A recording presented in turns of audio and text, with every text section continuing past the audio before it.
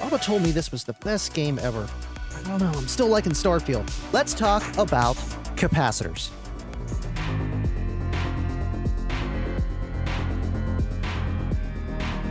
Do you really even need capacitors? I would say maybe yes, no, depending your situation.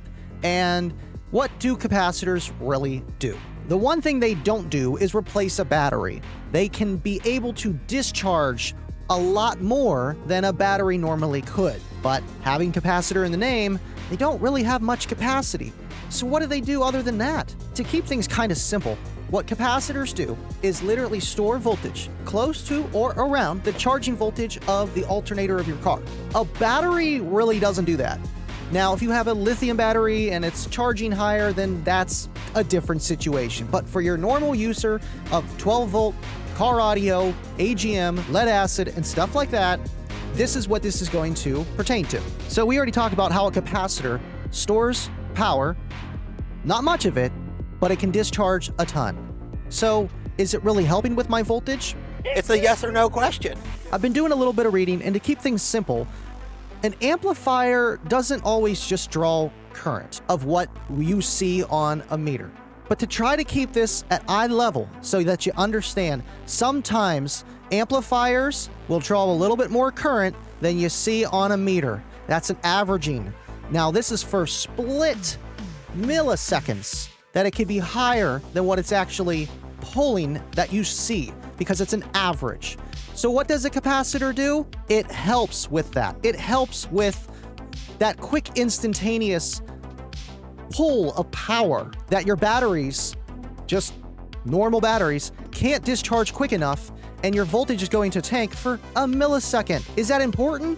Well, sometimes yes, and sometimes you might not even notice it, and you might be okay. It's just something that I didn't even realize that capacitors really filled that gap for, alongside of dimming headlights. We've all heard that story. Slap a capacitor on there, you're good, you don't need a battery, yeah, you're fine. No. So it helps with a few things, and I would love to do some tests on it. I have the UC31. You know, it's got a lot of farad capacity compared to when I first got into car audio with the 1 farad Rockford Fosgate, 2 farad, Boss 8 farad. That's not enough farads for what I want it to do, is to help with some voltage drop on a longer scale of things. But again, I just thought it was pretty cool that, the amplifier pulls a little bit more current than I'm seeing on the clamp. And I didn't even realize that. And I just wanted to make this video just so you guys could kind of see, yeah, capacitors can have a place, and a lot of people don't even use them, and they have no problem. So, do you need one? Not all the time.